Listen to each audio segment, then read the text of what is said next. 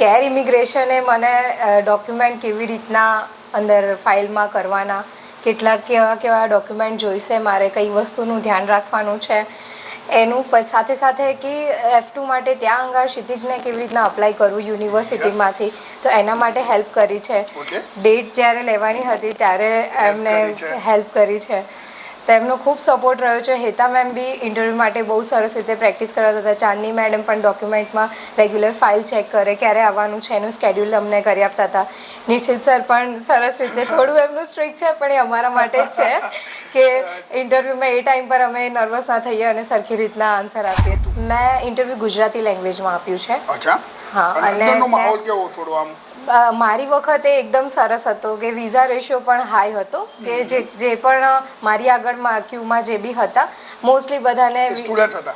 ના, હા, F2 અને B1 B2 વાળા મારી, હા, તો એમને પણ વિઝા આપી જ દેતા હતા.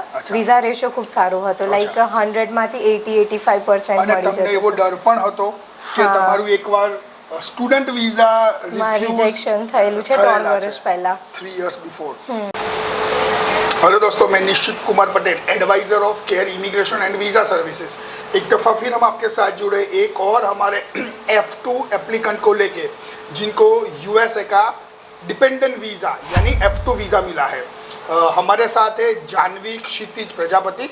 उनके हस्बैंड क्षितिज प्रजापति को हमने ही USA F1 वीज़ा के बेस पर पढ़ाई के लिए भेजा था. आज उनकी वाइफ को भी केयर इमिग्रेशन नहीं वीज़ा करवाया. जानवी का एक्सपीरियंस F2 वीज़ा का कैसा रहा केयर के साथ, सारी चर्चा करेंगे हमारी लोकल लैंग्वेज गुजराती में. चलिए वीडियो को आगे बढ़ाते हैं और आपसे पूरी बात सुनवाते हैं. કેમ છો જાનવી? બસ મજામાં સર. જાનવી, જેવું મેં કીધું પહેલાં તમે થોડો તમારો પરિચય આપો. તમે એજ્યુકેશનમાં અહીંયા શું કર્યું છે, ક્યાં રહેવાનું છે, કામકાજમાં શું કરો છો? મારું નામ જાનવી ક્ષિતિજ પ્રજાપતિ છે. મેં અહીંયા મારું માસ્ટર કમ્પ્લીટ કર્યું છે, MBA કમ્પ્લીટ કર્યું છે. એ પછી મેં MBA કમ્પ્લીટ કર્યા પછી ICICIમાં જોબ કરી છે બેંકમાં, અને એ પછી ક્ષિતિજ સાથે મેરેજ નક્કી થયા, તો એ પછી મેં US માટે અપ્લાય કર્યું. જાનવી, તમે ક્ષિતિજ જોડે મેરેજ કર્યા, કયા મહિનામાં મેરેજ થયા હશે આશરે? મારે જાન્યુઆરી 2024માં જ થયા. જાન્યુઆરી 2024માં જ તમારા મેરેજ થયા અને પછી ક્ષિતિજે ત્યાંથી F2 ની ફાઇલ કરી. હા. તો તમે ડિપેન્ડન્ટ વિઝા ઉપર જશો. તમને ડિપેન્ડન્ટ વિઝા F2 વિઝા જ્યારે પ્રિપેરેશન કરતા હતા એ દરમિયાન કેર ઇમિગ્રેશને કેવી મદદ કરી, તમે શું મહેનત કરી, શું પ્રિપેરેશન કર્યું, એની ઉપર જરા થોડી વાત કરો. કેર ઇમિગ્રેશને મને ડોક્યુમેન્ટ કેવી રીતના અંદર ફાઇલમાં કરવાના, કેવા ડોક્યુમેન્ટ જોઈશે, મારે કઈ વસ્તુનું ધ્યાન રાખવાનું છે એનું સાથે સાથે કે F2 માટે ત્યાં આગળ ક્ષિતિજને કેવી રીતના અપ્લાય કરવું યુનિવર્સિટીમાંથી, તો એના માટે હેલ્પ કરી છે. ડેટ જ્યારે લેવાની હતી ત્યારે એમને હેલ્પ કરી છે. તો એમનો ખૂબ સપોર્ટ રહ્યો છે. હેતા મેમ બી ઇન્ટરવ્યૂ માટે બહુ સરસ રીતે પ્રેક્ટિસ કરાવતા હતા. ચાંદની મેડમ પણ ડોક્યુમેન્ટમાં રેગ્યુલર ફાઇલ ચેક કરે, ક્યારે આવવાનું છે એનું સ્કેડ્યુલ અમને કરી આપતા હતા. નિશ્ચિત સર પણ સરસ રીતે, થોડું એમનું સ્ટ્રિક્ટ છે પણ એ અમારા માટે જ છે કે ઇન્ટરવ્યૂમાં એ ટાઈમ પર અમે નર્વસ ના થઈએ અને સરખી રીતના આન્સર આપીએ, તો એના માટે. જાનવી, તમે ઇન્ટરવ્યૂ ક્યાં ક્રેક કર્યું? મુંબઈ, દિલ્હી, બેંગ્લોર, ચેન્નઈ? મેં બોમ્બે જ કર્યું. બોમ્બેમાં કર્યું. તો બોમ્બેની અંદર જ્યારે તમે ઇન્ટરવ્યૂમાં જાઓ છો F2 ઉપર, ત્યારે ડિપેન્ડન્ટ વિઝા વગેરેમાં, તો કેવો માહોલ હોય છે એ જરા થોડી માહિતી. અને તમે ઇન્ટરવ્યૂ કઈ લેંગ્વેજમાં ત્યાં આપ્યું હતું? મેં ઇન્ટરવ્યૂ ગુજરાતી લેંગ્વેજમાં આપ્યું છે. અચ્છા. હા. અને અંદરનો માહોલ કેવો થોડો આમ?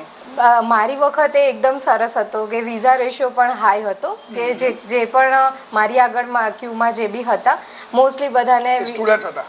ના, હા, F2 અને B1 B2 વાળા મારી, હા, તો એમને પણ વિઝા આપી જ દેતા હતા.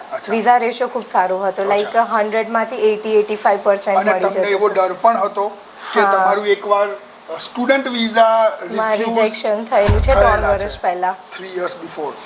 તો જનરલી પ્રિપેરેશન્સ તમારે જેવા યંગ જે તારી એજના હસબન્ડ વાઈફ જે ડિપેન્ડન્ટ હોય છે, જનરલી ડિપેન્ડન્ટ એવું માનતા હોય છે કે અમારે એટલું બધું પ્રિપેરેશન્સ કરવાની જરૂર નથી, અથવા અમને એવું બધું નહીં પૂછે, આપી જ દેશે. તો રિયલ સ્ટોરી જાનવી, તમે શું મેસેજ આપવા માગશો કે જો ડિપેન્ડન્ટ વિઝા ઉપર જ્યારે તમે યુએસમાં ઇન્ટરવ્યૂ માટે જતા હોય તો કયા પેરામીટર્સ જે જાનવીએ પોતે ધ્યાનથી ફોકસથી કર્યા હતા અને જેનો એને લાભ મળ્યો?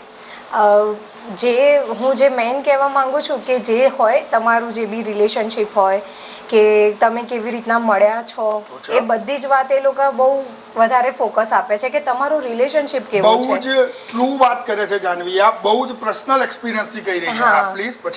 પછી મને પર્સનલી એવું પૂછ્યું હતું કે તમારું કેવી રીતના સંબંધ થયો, કેવી રીતના મળ્યા તમે, કારણ કે મારો ઓનલાઈન સંબંધ જ થયો હતો. એરેન્જ અચ્છા. મેરેજ છે પણ ઓનલાઈન સંબંધ થયો હતો. તો શું તમે કેવી રીતના ત્યાં આગળ કોન્ટેક્ટ કર્યો, કેવી રીતના તમે મેરેજ માટે રેડી થયા, એન્ગેજમેન્ટ ક્યારે થઈ, આવા સવાલો મેરેજ પૂછવામાં ક્યારે આવ્યા થયા હતા. છે, પછી હસબન્ડનું ફેવરિટ ફૂડ કયું છે, મને એ પણ પૂછ્યું હતું. એટલે શું જોરદાર. મતલબ જુઓ તમે કે રિયલમાં તમારું જે ટ્રુ રિલેશનશિપ હશે એ ત્યાં દેખાઈ આવે છે. અને ટ્રુ રિલેશનશિપ ઉપર જ વિઝા F2 ના જનરલી મળે થતા હોય છે. છે. હા. હિન્ટ છે. જાનવી, આજે જો તમે ટીચર હોય ને અમે સ્ટુડન્ટ્સ હોઈએ, હા. રાઈટ, અને કેર ઇમિગ્રેશનને જાનવીએ પોઈન્ટ સ્ટાર માર્ક્સ આપવાના હોય 10માંથી, તો કેટલા આપશે? હું 10 આઉટ ઓફ 10 આપીશ.